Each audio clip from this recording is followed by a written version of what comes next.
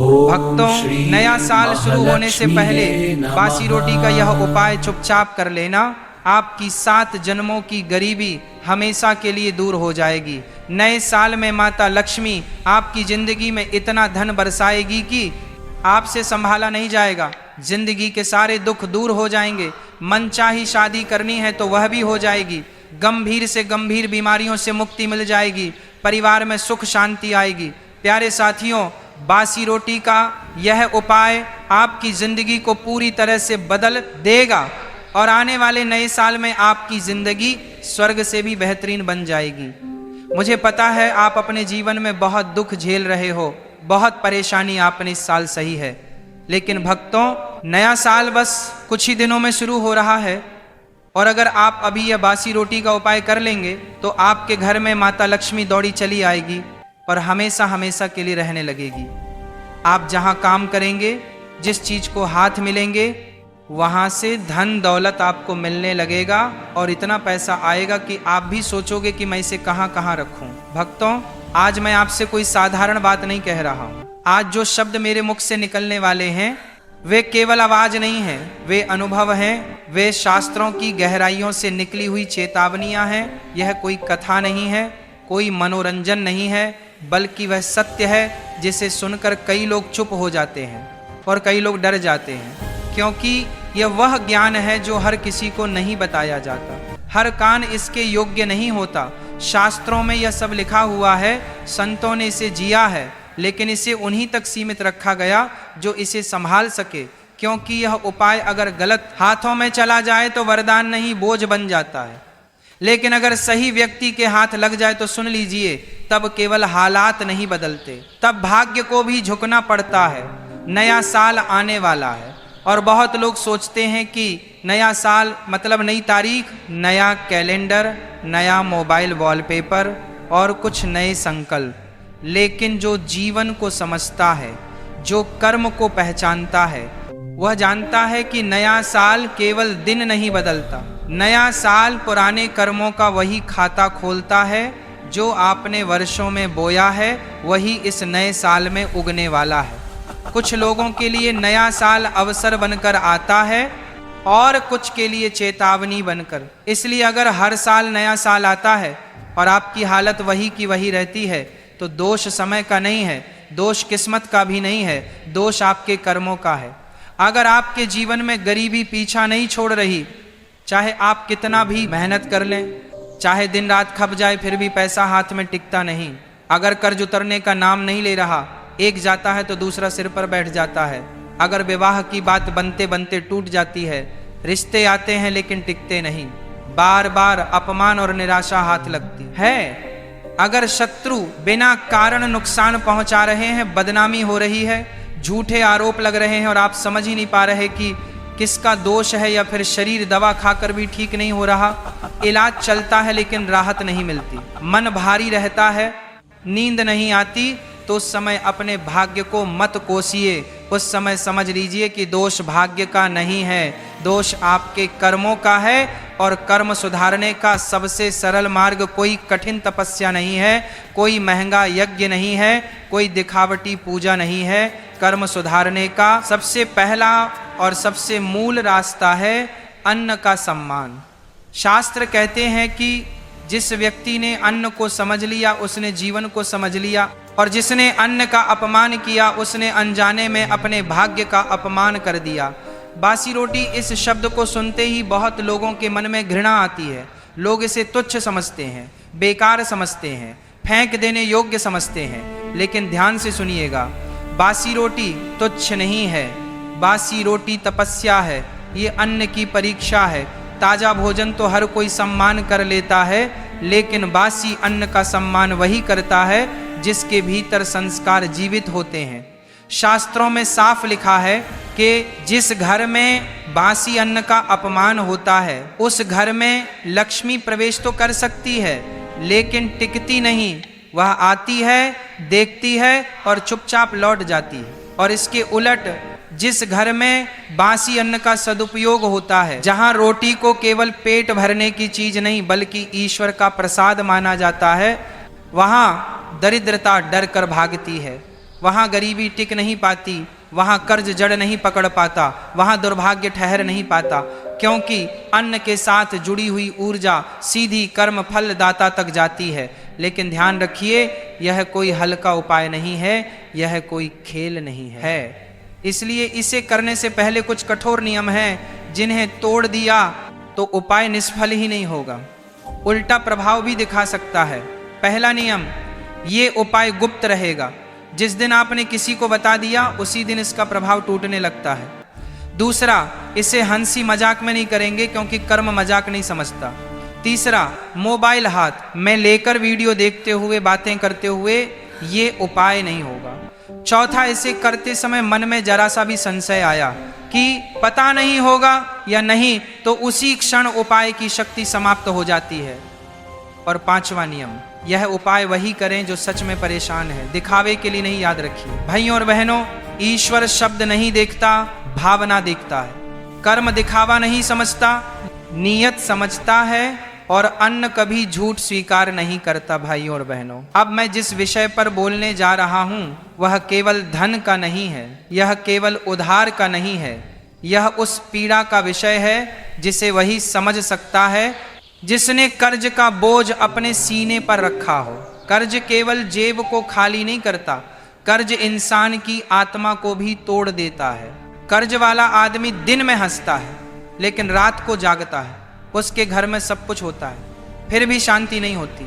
और सबसे बड़ी पीड़ा यह होती है कि वह चाहे कितना भी मेहनत कर ले, पैसा आता है और फिसल जाता है जैसे हाथ में रेत। शास्त्र कहते हैं कर्ज केवल आर्थिक समस्या नहीं है, यह पूर्व जन्मों के कर्मों का बंधन होता है। इसीलिए कई बार ऐसा होता है कि आदमी ईमानदार होता है, मेहनती होता है, फिर भी कर्ज उतरता नहीं, क्योंकि वहां हिसाब इस जन्म का नहीं चल रहा होता। वहां पुराने कर्म अपना हिस्सा मांग रहे होते हैं, और जब तक कर्म से कर्म नहीं काटा जाता तब तक पैसा काटने से कुछ नहीं होता। अब ध्यान से सुनिए, कर्ज से मुक्ति का यह उपाय कोई जादू नहीं है, यह कर्म का संतुलन है। इसमें ना तंत्र है, ना दिखावा है, ना ऊंची आवाज में मंत्र है। यह उपाय चुप्पी से किया जाता है, क्योंकि कर्ज की जड़ भी चुपचाप ही घर में बैठी होती है। यह उपाय शनिवार की सुबह किया जाता है। शनिवार कर्म फलदाता का दिन, उसी दिन जब इंसान अपने कर्म को स्वीकार करता है तभी शनि कृपा करते हैं। सुबह सूरज निकलने से पहले उठना है, उस समय वातावरण शुद्ध होता है, पर मन अब भी संसार के बोध से भरा नहीं होता। अब एक बासी रोटी लीजिए, ध्यान रखिए वही रोटी जो रात की बची हुई हो, वही रोटी जिसमें आपके घर की ऊर्जा बसी हो, बाजार की रोटी नहीं, होटल की रोटी नहीं, अपने घर की। अब उस बासी रोटी पर काले तिल रखिए। काले तिल कोई सामान्य दाना नहीं है, शास्त्रों में काले तिल को कर्ज का भक्षक कहा गया है।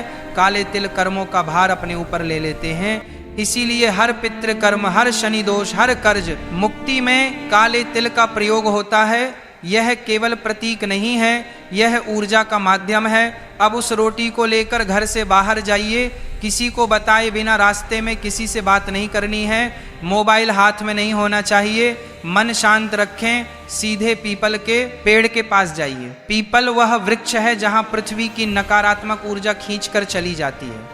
पीपल के नीचे बैठा हुआ कर्म कभी खाली नहीं जाता। पीपल के नीचे उस बासी रोटी को रख दीजिए। पर अब ध्यान से सुनिए, बोलना बहुत कम है, ऊंची आवाज में कुछ नहीं कहना, केवल मन ही मन या बहुत धीमे स्वर में इतना कहना है, हे कर्म फलदाता, मैंने जाने या अनजाने जो भी कर्म किए उनके कारण जो बंधन मुझ पर चढ़ा है उसे अब काट दीजिए। मैं कर्ज नहीं, कर्तव्य निभाना चाहता हूँ। बस इसके बाद वहां खड़े नहीं रहना है, पीछे मुड़कर नहीं देखना है। यह पीछे ना देखना बहुत बड़ा संकेत है। इसका अर्थ है जो चला गया उसे वापस मत बुलाओ। जैसे ही आप पीछे देखते हैं आप फिर उसी समस्या से जुड़ जाते हैं। अब समझिए इसका फल, इस उपाय के बाद चमत्कार यह नहीं होगा कि अगले दिन लॉटरी लग जाएगी, नहीं, शास्त्र ऐसा झूठ नहीं सिखाते। चमत्कार यह होगा कि रास्ते खुलने लगेंगे, कहीं से पैसा आने का मार्ग बनेगा, कोई रुका हुआ भुगतान वापस आएगा, कोई ऐसा व्यक्ति मदद करेगा जिसकी आपने कल्पना नहीं की होगी। कई बार उधार देने वाला स्वयं शांत हो जाता है। कई बार कर्ज चुकाने की व्यवस्था अपने आप बनने लगती है और सबसे बड़ा चमत्कार यह होता है कि अब पैसा टिकने लगता है, आय और व्यय के बीच संतुलन आने लगता है, मन का बोझ हल्का होने लगता है। लेकिन एक बात याद रखिए भाइयों और बहनों, यह उपाय केवल वही फल देता है जो अंदर से टूट चुका हो, लेकिन झूठा ना हो। जो कर्ज लेकर ऐश करता है उसके लिए यह उपाय नहीं है। जो मेहनत से भागता है उसके लिए यह उपाय नहीं है।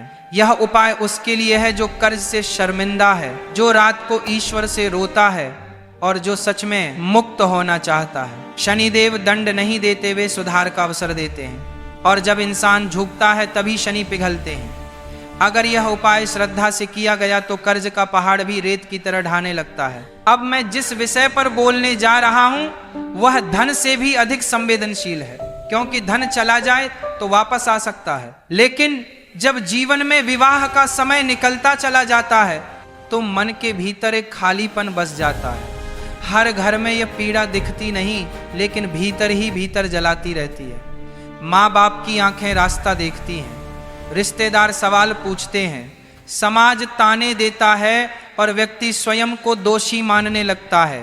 कई बार तो हालात ऐसे हो जाते हैं कि प्रेम भी है, समझ भी है, फिर भी विवाह नहीं हो पाता, और कई बार सब कुछ ठीक होते हुए भी एक के बाद एक रिश्ता टूट जाता है। शास्त्र कहते हैं विवाह का रुकना कोई साधारण बात नहीं है, यह केवल उम्र का विषय नहीं है, यह कर्म और ग्रहों का संकेत होता है। जब पिछले जन्मों के वचन अधूरे रह जाते हैं, जब किसी का हृदय अनजाने में दुखाया जाता है, या जब परिवार की स्त्री पुरुष ऊर्जा में असंतुलन आ जाता है, तब विवाह योग बंध जाता है। इसीलिए कई बार लड़का लड़की योग्य होते हैं, सुंदर होते हैं, संस्कारी होते हैं, फिर भी उनका घर बसने में देर होती है। अब ध्यान से सुनिए, विवाह केवल दो शरीरों का मिलन नहीं है, विवाह दो कर्मों का बंधन है। इसलिए इसका उपाय भी शरीर से नहीं, भाव और अन्न से जुड़ा हुआ होता है, और इसी कारण यह उपाय बहुत गुप्त है, बहुत सरल है, लेकिन उतना ही प्रभावशाली भी। यह उपाय सोमवार की रात किया जाता है। सोमवार मन का दिन है, चंद्र का दिन है, और विवाह मन के संतुलन से ही होता है। उस रात घर में जो रोटी बच जाए वही बासी रोटी इस उपाय की आधार बनेगी। ध्यान रहे, यह रोटी किसी मजबूरी की नहीं, श्रद्धा की होनी चाहिए। मन में यह भावना हो कि मैं अपने कर्म सुधारने जा रहा हूं। अब उस बासी रोटी के 2 टुकड़े कर लीजिए। ये 2 टुकड़े केवल रोटी नहीं है, ये स्त्री और पुरुष ऊर्जा का प्रतीक है। अब पहला टुकड़ा अगली सुबह गाय को खिलाइए। गाय शुद्धता की प्रतीक है, माता है, करुणा है। जब गाय को अन्न दिया जाता है तो घर की रुकावटें धीरे धीरे पिघलने लगती हैं। गाय उस अन्न के साथ आपके घर का दुख भी अपने भीतर ले लेती है। अब दूसरा टुकड़ा उसी दिन कौवे को दीजिए। बहुत लोग कौवे को अशुभ समझते हैं, लेकिन शास्त्र कहते हैं कौवे पितरों का दूत है। विवाह में देरी कई बार पितृदोष के कारण भी होती है। जब कौवे को अन्न दिया जाता है तो वह संदेश ऊपर तक ले जाता है कि यह व्यक्ति अपने कर्म सुधारना चाहता है, और जब पितृ प्रसन्न होते हैं तो विवाह के मार्ग अपने आप खुलने लगते हैं। अब यहाँ एक बहुत जरूरी बात समझ लीजिए, इस उपाय को करते समय कोई जल्दबाजी नहीं करनी है, मन में किसी विशेष व्यक्ति का नाम लेकर हठ नहीं करनी है। शास्त्र कहते हैं जब हम जिद करते हैं तब कर्म उलझता है। केवल इतना भाव रखें कि हे ईश्वर, जो मेरे लिए उचित हो वही शीघ्र मेरे जीवन में आए। इस उपाय के बाद जो परिवर्तन आते हैं वे धीरे आते हैं, लेकिन स्थायी होते हैं। अचानक बातचीत शुरू होती है, रुके हुए रिश्ते दोबारा सामने आते हैं, परिवार का मन बदलने लगता है, और कई बार जिस रिश्ते को आप असंभव मान चूके होते हैं वही सहज रूप से संभव हो जाता है। प्रेम विवाह के मामले में भी यही होता है। विरोध कम होने लगता है, घर का वातावरण नरम पड़ता है, और बात टकराव से समाधान की ओर बढ़ती है। लेकिन भाइयों और बहनों, एक बात याद रखिए, यह उपाय किसी गलत संबंध को सही नहीं करता, यह किसी छल, किसी अनैतिक रिश्ते को बल नहीं देता। यह उपाय केवल उसी प्रेम को फल देता है जिसमें सम्मान हो, धैर्य हो और भविष्य की जिम्मेदारी उठाने की क्षमता हो। अगर नीयत साफ है तो रास्ता साफ होता है। और अंत में मैं यही कहूँगा, विवाह भागने से नहीं आता, विवाह दबाव से नहीं होता। विवाह तब होता है जब इंसान भीतर से तैयार हो जाता है, जब आप अन्न का सम्मान करते हैं तो ईश्वर आपके जीवन के सबसे बड़े बंधन को अपने हाथ से जोड़ देते हैं। अगर यह बात हृदय में उतर गई तो समझ लीजिए विवाह का समय दूर नहीं। अब जो बात मैं कहने जा रहा हूं उसे सुनते समय मन में हलचल होगी। कुछ लोगों को यह बात भारी लगेगी, कुछ को डराएगी और कुछ को भीतर से झक छोड़ देगी, क्योंकि यह विषय केवल धन का नहीं है, यह दरिद्रता की आत्मा का विषय है। गरीबी केवल जेब की स्थिति नहीं होती, गरीबी एक अवस्था है, एक संस्कार है जो पीढ़ियों तक चलता है। आपने देखा होगा एक ही घर में जन्मे दो भाई, एक बहुत आगे बढ़ जाता है और दूसरा जीवन भर संघर्ष करता रहता है। वहां फर्क मेहनत का नहीं होता, वहां फर्क कर्म और अन्न के व्यवहार का होता है। शास्त्र बहुत स्पष्ट कहते हैं दरिद्रता तब आती है जब लक्ष्मी नाराज नहीं बल्कि उदास हो जाती है, और लक्ष्मी तब उदास होती है जब घर में अन्न का अपमान होता है, श्रम का अपमान होता है और जो मिला है उसके लिए कृतज्ञता नहीं होती। बहुत लोग कहते हैं हम तो ईमानदार हैं फिर भी गरीब हैं, लेकिन शास्त्र कहते हैं ईमानदारी पर्याप्त नहीं होती, संस्कार भी चाहिए, और संस्कार का पहला संकेत है अन्न के प्रति भाव। अब ध्यान से सुनिए, बासी रोटी कोई साधारण चीज नहीं है, यह उस अन्न का अंतिम रूप है जिसने आपको जीवित रखा, ताकत दी और अब भी आपके घर में पड़ा है। ये अन्न की अंतिम परीक्षा है। ताजा भोजन का सम्मान तो हर कोई करता है, लेकिन बासी रोटी का सम्मान वही करता है जिसके भीतर लक्ष्मी को रोकने की पात्रता होती है। इसलिए संत कहते हैं बासी रोटी को फेंकने वाला व्यक्ति अनजाने में अपने भाग्य को फेंक देता है। अब इस उपाय को समझिए, लेकिन शब्दों से नहीं भाव से समझिए। ये उपाय धन बुलाने का नहीं है, ये उपाय गरीबी को विदा करने का है, क्योंकि जब तक गरीबी जाती नहीं तब तक धन आता भी है तो ठहरता नहीं। ये उपाय गुरुवार या शनिवार की रात किया जाता है। यह रात इसीलिए चुनी जाती है क्योंकि रात मन की सच्चाई बाहर लाती है। दिन में इंसान झूठ बोल लेता है, लेकिन रात में उसका मन स्वयं से झूठ नहीं बोल पाता। उस रात घर में जो रोटी बच जाए वही बासी रोटी साधना का आधार बनेगी। ध्यान रखिए, इस रोटी को बोझ मत समझिए, इसे ऐसे देखिए जैसे यह आपके जीवन का संदेश वाहक हो। अब उस रोटी पर थोड़ा सा गुड़ रखिए। गुड़ केवल मिठास नहीं है, यह जीवन की कटुता को स्वीकार करने का प्रतीक है। यह संकेत है कि आप जीवन में आई कठिनाइयों को भी स्वीकार करते हैं और उनसे भागना नहीं चाहते। उसके बाद उस रोटी पर चावल के कुछ दाने रखिए। चावल पूर्णता और निरंतरता का संकेत है। यह दर्शाता है कि आप आधे रास्ते से लौटने वाले नहीं हैं। अब इस रोटी को हाथ में लेकर कुछ क्षण रुक जाइए, आंखें बंद करिए और अपने जीवन को याद कीजिए। कहाँ कहाँ पैसा आया और कहाँ कहाँ बह गया, कहाँ मेहनत की और कहाँ परिणाम नहीं मिला।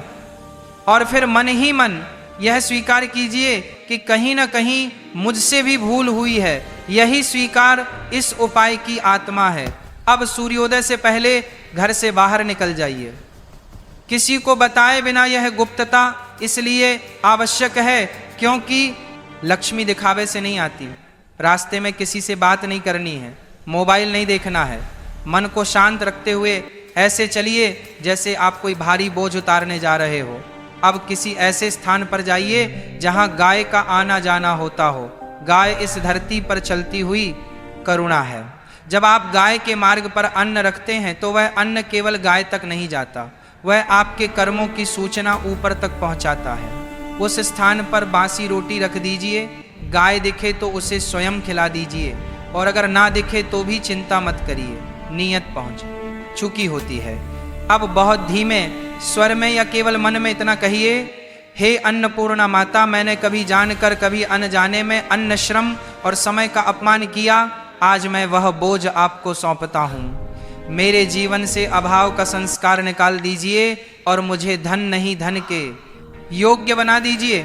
इसके बाद वहां रुकना नहीं है, पीछे मुड़कर नहीं देखना है। ये पीछे न देखना बहुत गहरा संकेत है। इसका अर्थ है अब आप पुराने अभाव को दोबारा देखने नहीं जा रहे। अब समझिए इसका प्रभाव। ये उपाय आपको अचानक अमीर नहीं बना देगा, लेकिन ये आपको गरीब रहना असंभव बना देगा। धीरे धीरे ऐसे अवसर आने लगेंगे जिन पर आपने पहले ध्यान नहीं दिया था। खर्चों में अपने आप संयम आएगा, हाथ में आया पैसा रुकने लगेगा। और सबसे बड़ा परिवर्तन यह होगा कि आपके मन से डर निकलने लगेगा, क्योंकि दरिद्रता पहले मन में रहती है, फिर जेब में उतरती है। लेकिन भाई और बहनों, एक अंतिम सत्य समझ लीजिए, यह उपाय उस व्यक्ति के लिए नहीं है जो बिना मेहनत के धन चाहता है। यह उपाय उस व्यक्ति के लिए नहीं है जो दूसरों को ठग कर आगे बढ़ना चाहता है। यह उपाय उस व्यक्ति के लिए है जो मेहनत करता है लेकिन भीतर से टूट चुका है। लक्ष्मी मां रास्ता नहीं खोजती, वे पात्र खोजती हैं, और जब पात्र तैयार हो जाता है तो धन को आने से कोई नहीं रोक सकता। जिस दिन आपने रोटी को बोझ नहीं वरदान समझ लिया, उसी दिन से गरीबी ने आपके जीवन में अपना स्थान खो दिया। अगर यह बात आपके भीतर उतर गई तो समझ लीजिए सेठ अब अभाव नहीं, अब अपारता की बारी है। भाइयों और बहनों, अब जो विषय मैं छेड़ने जा रहा हूं वह सबसे संवेदनशील है, क्योंकि धन चला जाए तो मन टूटता है, रिश्ते बिगड़े तो हृदय दुखता है, लेकिन जब शरीर साथ छोड़ने लगता है तब इंसान का विश्वास भी डगमगाने लगता है। बीमारी केवल शरीर का कष्ट नहीं होती, बीमारी मनुष्य की आस्था की परीक्षा होती है। दवा चलती है, डॉक्टर बदलते हैं, रिपोर्ट आती है, खर्च बढ़ता है, लेकिन भीतर कहीं एक डर बैठ जाता है, पता नहीं अब ठीक भी होऊंगा या नहीं। शास्त्र बहुत स्पष्ट कहते हैं, हर बीमारी दवा से नहीं जाती। कुछ बीमारियां शरीर में नहीं, कर्मों में जड़ जमा कर बैठी होती हैं। इसलिए आपने देखा होगा, एक ही बीमारी दो लोग, एक जल्दी ठीक हो जाता है, दूसरा वर्षों तक जूझता रहता है। फर्क दवा का नहीं होता, फर्क कर्म और मन की स्थिति का होता है। अब ध्यान से सुनिए, बीमारी तब आती है जब शरीर थकता है, लेकिन बड़ी बीमारी तब आती है जब मन हार मान लेता है। और मन तब हारता है जब भीतर अपराध बोध, डर, दबा हुआ दुख और अधूरी बातें जमा हो जाती है। शास्त्र कहते हैं, जब इंसान अन्न का अपमान करता है या अन्न को केवल पेट भरने की वस्तु समझता है, तब वही अन्न धीरे धीरे औषधि होना बंद कर देता है। और जब अन्न औषधि ना रहे तब दवा भी अपना पूरा असर नहीं दिखा पाती। अब इस उपाय को समझिए, यह उपाय दवा के विरुद्ध नहीं है, यह उपाय डॉक्टर के विरुद्ध नहीं है, यह उपाय कर्म और शरीर के बीच का टूटा हुआ संवाद जोड़ने का है। इसीलिए इसे हल्के में मत लीजिए। यह उपाय रविवार की सुबह किया जाता है। रविवार सूर्य का दिन, सूर्य शरीर की आत्मा है, उसी से शक्ति आती है, उसी से रोग प्रतिरोधक क्षमता बनती है। उस सुबह घर में जो रोटी बची हो वही बासी रोटी इस साधना का माध्यम बनेगी।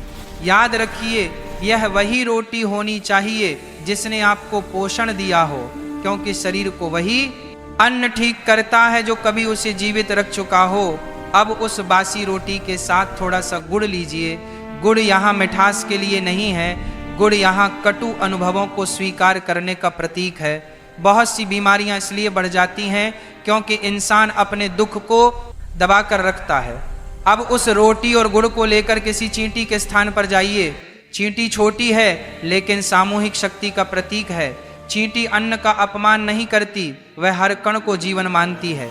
अब उस बासी रोटी को वहां रख दीजिए और अब बहुत ध्यान से सुनिए, इस क्षण मन में कोई शिकायत नहीं होनी चाहिए, ना बीमारी से, ना ईश्वर से, ना अपने भाग्य से।